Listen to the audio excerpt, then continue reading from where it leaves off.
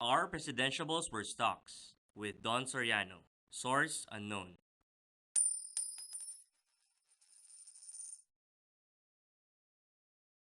Mar Rojas, the blue chip. Matagal na sa stock market, predictable, kasi halos hindi naman nagbabago ang presyo. Pwedeng mag-lose, mas malamang mag-gain, but don't expect much. Steady lang yan. Best for conservative investors. Rodrigo Duterte, the speculative stock. Okay sana, aggressive, malaki ang gains in the past. You try to justify buying it kasi you desperately want change. Tapos hinahype ng mga tao, buy, buy, buy. Pag di mo binili, isa kang But you know, high returns come with high risks. And the risk of loss here is real. Nakakasilaw ang possibility of high returns for the aggressive investor. Grace Poe, the new stock on the block. Kaka-IPO lang or initial public offering. Malaki ang potential.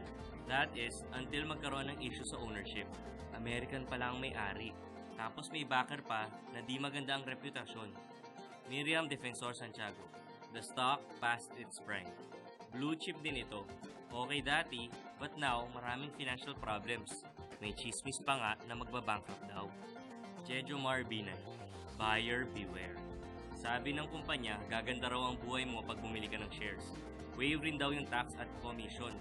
Tapos, magtataka ka bakit nung nakabili ka na may tax. Sasabihin sa'yo, nagbebenta lang naman ako ng shares, hindi ako ang PSE.